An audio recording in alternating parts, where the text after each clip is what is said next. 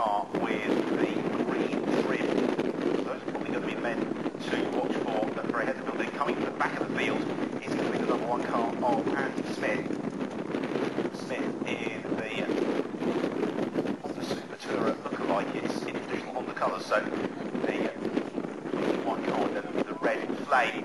As he comes to his marks, that means we're about to get the green flag waved from the marshal at the rear of the field. What we do now, the 5-second pause is shown to the driver as the red lights about to come on. It's going to be a very short and sweet 15-minute race this one. The red lights on.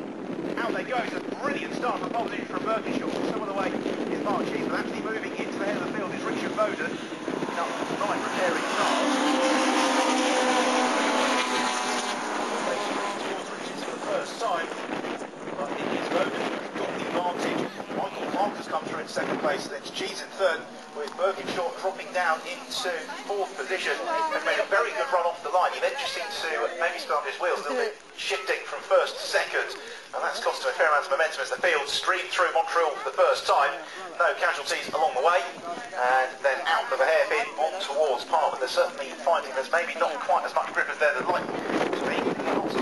Affecting Richard Bowden too badly at the moment as he accelerates out of Palmer and on towards Agostini. His advantage is the car left over very quickly closing Michael Clark, and Clark is in a position possibly to think about challenging for lead here into Agostini. He needs to be maybe another car length or so nearer. He's within the car length of the race leader. That's not going to be quite enough. Then we've got in 3rd place Mark Cheese, and he is being chased down by Robert Birkinshaw, who is in 4th position. Andy Smith from the back of the grid was already 40 well into 6th position, so Smith making a very strong start to the race. He's already on the cusp of moving up to 5th as well, as he looks to elevate himself further up through the field. The leading duo, though, still running very closely together, and now he's in the lead of the race. Bowden not really pulling too far clear here of Clark in 2nd position, but maybe he'll have the opportunity to stretch his legs then along Michael Clark on his tail, and then a hard charging Robert Birkinshaw. Birkinshaw,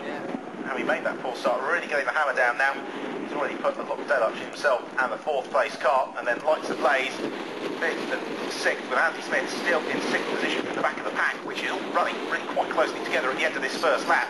So through and over the line then Richard Bowden leads the way. 2nd place Michael Clark, 3rd place Snetterton, Birkinshaw up into 5th position. A very strong start for Robert Williams, so he's in 5th.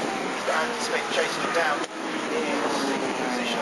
Potential changes place further back into Rich's. The cars also negotiate Rich's greatly ready through Montreal. We've got one of them running out very, very wide. Is that the race leader? It is, who's run wide at Montreal momentarily. Michael Clark was up ahead. They're now drawn side by side with each other, but it's to the outside that Rich Bowden is pushed. But he should be able to power ahead of the Civic. He does just that as they arrived into Palmer. So despite having made that error at Montreal, he's held up quite nicely. He's held on to lead the race. He's got Clark right on his tail as they accelerate on towards Tyrrell's. And then the 3rd place car of Robert Birkinshaw closing in as well and trying to bring that gap down to the leading duo. Andy Smith also thinking about trying to gain some ground. We've seen a swap for 4th as well. Robert Williams has moved ahead of Mark Cheese, and then we have got Andy Smith trying to do the same as well to climb up into 5th position. The leading 2 cars though running very closely together, and then Birkinshaw is not really actually closing in as much as we have thought, as again sliding his car, pushing very, very hard is Rich Bowden as he attempts to bring himself clear of the 2nd place car of Michael Clark. Clark in contrast driving very, very smoothly. Bowden's got to be careful here, he doesn't spin it away. We've got then an excellent battle going already from 5th downwards up into 5th. Seems to have come down a little bit, but the gap between the leaders has maybe just extended, so it's still Richard Bowden an advantage over Michael Clark, and then attempting to close in onto the pair of them is Robert Birkinshaw. Birkinshaw, well, we are 1/3 of the way through the race, and he could be judging this very nicely. The windscreen wipers are off on the cars, so the rain has stopped coming down for the time being. There is Birkinshaw, who sets the fastest lap of the race. He's half a second quicker than the race leader, Rich Bowden, and he's 2.5 seconds back from the leaders. In 4th position is Robert Williams. 5th place has climbed Stuart Hutchinson, and there's Adam Smith who completes top 6 watches is there for these at the back of that queue of cars as the leading trio rounds the head at Montreal. It's Rich Bowden who's still just got the advantage over Clark, and then Birkinshaw is closing on them all the while. And this is where the tactics really come into it, because certainly Michael Clark will see that he's got Robert Birkinshaw looming ever larger in his mirrors. That's probably the reason why he's not pressurising Richard Bowden too much in terms of actually trying to force Bowden into defensive drive. He wants Bowden to manage his own pace so that Birkinshaw can't close onto their tail. So they all negotiate speeding. Right, going back down, it's going to be very slippery through the head, and certainly Clark seems to be the most confident of that leading trio. He closes up onto the tail of Bowden as they arrive into Hamilton, but he's not able to find a way through. And Birkinshaw, well, in qualifying yesterday, he was almost a second quicker than the rest of the field, but in the race today, in this changeable weather, that's not really translating into a race pace for him.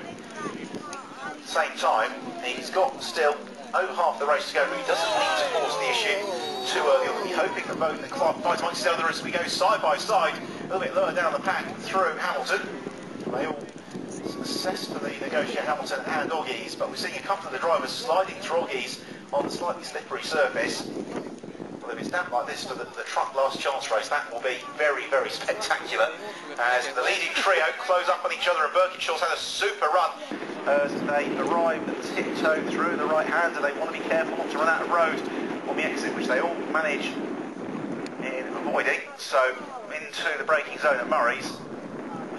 Bowden doing a good job of giving the curves a very, very wide berth. He's also got a nice fight for fourth going together as well, with Robert Williams under real pressure. Randy Smith, and Smith is trying around the outside the corner and curve. Oh, that's a brilliant move from Randy Smith. He can make it stick into Murray in the red and white #1 car.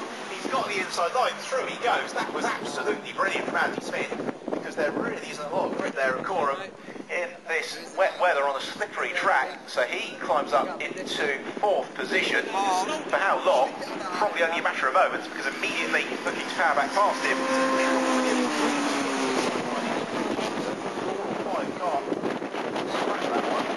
Three leaders still very much as they were. As they head through Palmer, we have got just 6.5 minutes left in the race. So Robert Birkinshaw is going to be making his moves up through the order. You'd have to say that it's going to be in the next few moments when he's probably going to start thinking about doing that, because he's got just a couple more laps to go through Agostino. They come together. Michael Clark closing onto the tail of Rich Bowden.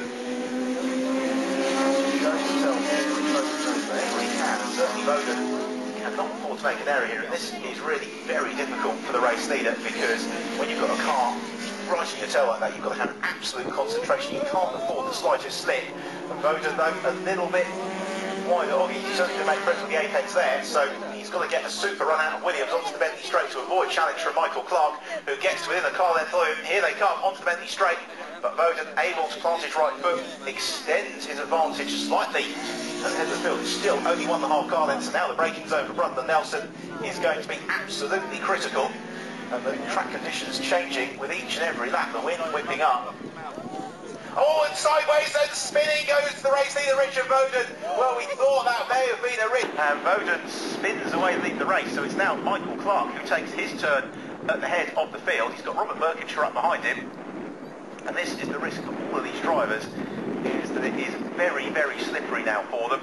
They're all giving the curves a wide berth. So now that Clark's in the lead, will he be able, with the seemingly greater confidence that he's got through the corners, to pull away from Robert Birkinshaw? Will Birkinshaw now feel really emboldened to challenge Clark? Well, across the line they come, and this is probably to start the fastest lap of the race. So Clark setting the fastest lap of the race on 2 minutes 31.12. That's impressive to set the fastest lap of the race when the race leader was sideways in front of you for around 20 metres at run. It shows that Clark, now that he's released with some clear road, has got the pace all the way. Coming up into fourth position, having put together an excellent lap, is Stuart Hutchinson. So it's Hutchinson in fourth position. Fifth place is Rob Williams.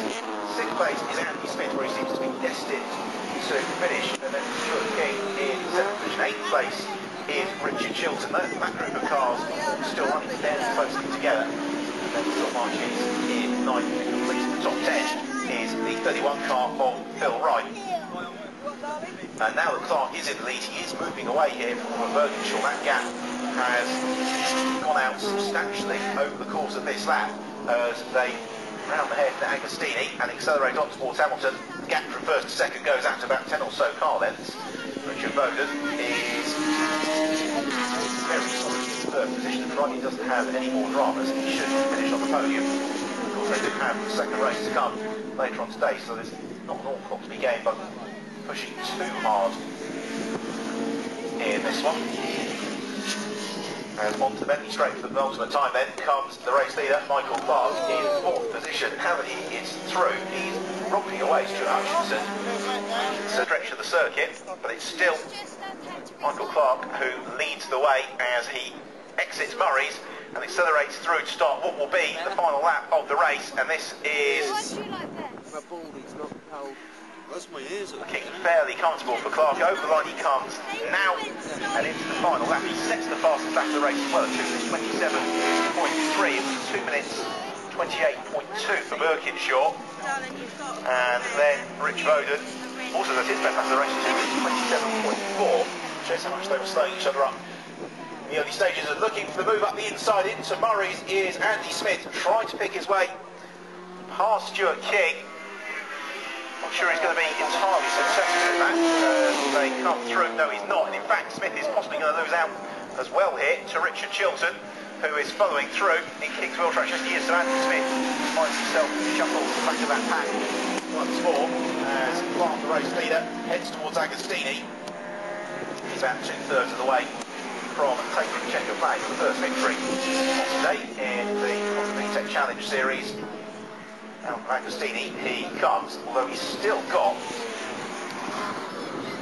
Robert Birkinshaw on his tail, and you'd have to say that this is not all over just yet. Birkinshaw, showing in qualifying, he's really got the pace, and in a straight line he's able to take yards out of the advantage of Michael Clark. So Clark has got to maintain that pace through the corners, lest he risk being deposed on the last lap. We can also see a challenge to Agostini here from Stuart King. He's thinking about the move on Williams as they arrive into Agostini. Williams has got the inside line as they turn through the hairpin. He just about holds on in that fifth position. It's been a really nice battle, that one. Also, Chilton has decided that looks like fun, so Richard Chilton is bringing himself into that fight as well on the final lap of the race. 4 cars strong, as the leaders are very, very close together. Robert Birkinshaw could have been saving the best to last year. He's got just a couple of corners to go. The checker flag is being ready, but as they came out of the bomb hole, there was only a couple of car lengths between the pair of them. Here they come into Coram for the final time, and lest Birkinshaw be able to overhaul him through Coram, they can't. Neither driver really gains or concedes anything, so it's into Murray's, and they've got out of Murray's, and Birkinshaw could just poach this from Clark on the line. The checker flag is being readied. It goes out, and who's going to claim the victory? It is going to be Michael Clark, who is just able to hold on. He takes the win on the line from Robert Birkinshaw, following through 9/10 seconds later and setting the fastest lap of the race into the bargain. The long-time race leader, Rich Bowden, over the line in third position. Well, Bowden was up all night fixing his own car and then others, so that's a pretty good drive from Rich Bowden. He sets the fastest lap of the race on the final lap as well at 2 minutes 21.9 for him. In fourth place we've got Stuart Hutchinson. So Hutchinson in fourth. What about the fight for fifth? Well, Andy Smith is right on the tail of Robert Williams. I think Robert Williams is going to be able to maintain that fifth position and accelerate along the centre straight. It's going to be very tight, but Robert Williams, who's put together a very feisty performance, he holds on for fifth position. Andy Smith from back of the grid takes sixth. Seventh place is only place of Stuart King. Eighth place is number 64, Richard Chilton. Ninth place is claimed by Mark Cheese from fourth on the grid. 10th place goes away, number 31, Phil Wright. And then 11th place, number 9, Chris Olive, with Lee Bennett-Neal completing finishes. Oh, he's coming again!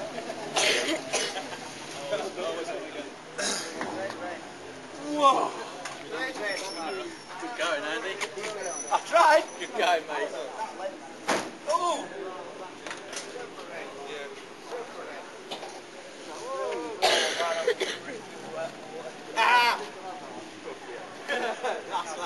One more lap, Williams. One more lap. One more lap. I was coming. I knew you were. I was watching you everywhere. I was watching the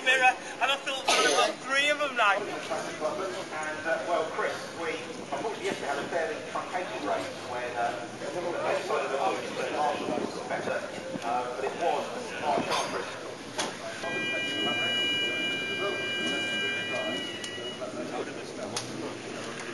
So what is the difference between the four cars? It's unusual to see the front of the and more contemporary cars.